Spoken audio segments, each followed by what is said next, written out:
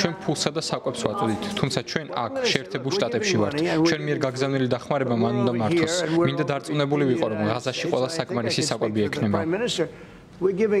ისრაელს დიდი პასუხისმგებლობა აკისრია. ჯერ კიდევ 20-მდე მძევალია გასათავისუფლებელი. ისრაელის მოსახლეობა 60 მძევლის გამო შეშფოთებულია. ეს ძალიან მნიშვნელოვანი საკითხია. შეიძლება ითქვას, რომ ისინი უფრო მეტად შურისძიებაზე ფიქრობენ, ვიდრე მძევლების დაბრუნებაზე, თუმცა ნამდვილად სურთ, რომ გადარჩნენ.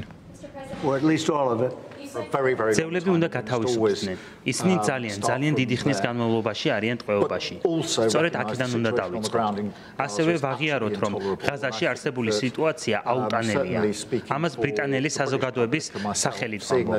განსაკუთრებით იმ კადრების ხილვის შემდეგ, რომლებშიც მშიერი ბავშვები ჩანან. ეს ამაზრზენია. ბრიტანელები ზიზღს გამოხატავენ იმის გამო, რასაც ხედავენ.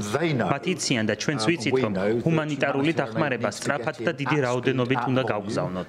დიახ, ამის გაკეთება საჰაერო გზითაც არის შესაძლებელი და ჩვენ ამ საკითხზე ვმუშაობთ ამერიკის შეერთებულ შტატებთან, იორდანიასთან ერთად. თუმცა დახმარება სატვირთო მანქანების მეშვეობითაც უნდა მივაწოდოთ, რადგან დიდი რაოდენობით მიწოდება მხოლოდ ამ გზითაა შესაძლებელი. ჩვენ მადლობას ვუხდით პრეზიდენტს იმ სამუშაოსთვის, რომელიც მან გაწია ცეცხლის შეწყვეტის მისაღწევად. ეს აუცილებლად გვჭირდება. ასევე ბევრად მეტია საჭირო. ჩვენ სხვა ქვეყნებიც უნდა ჩავხდოთ ამაში.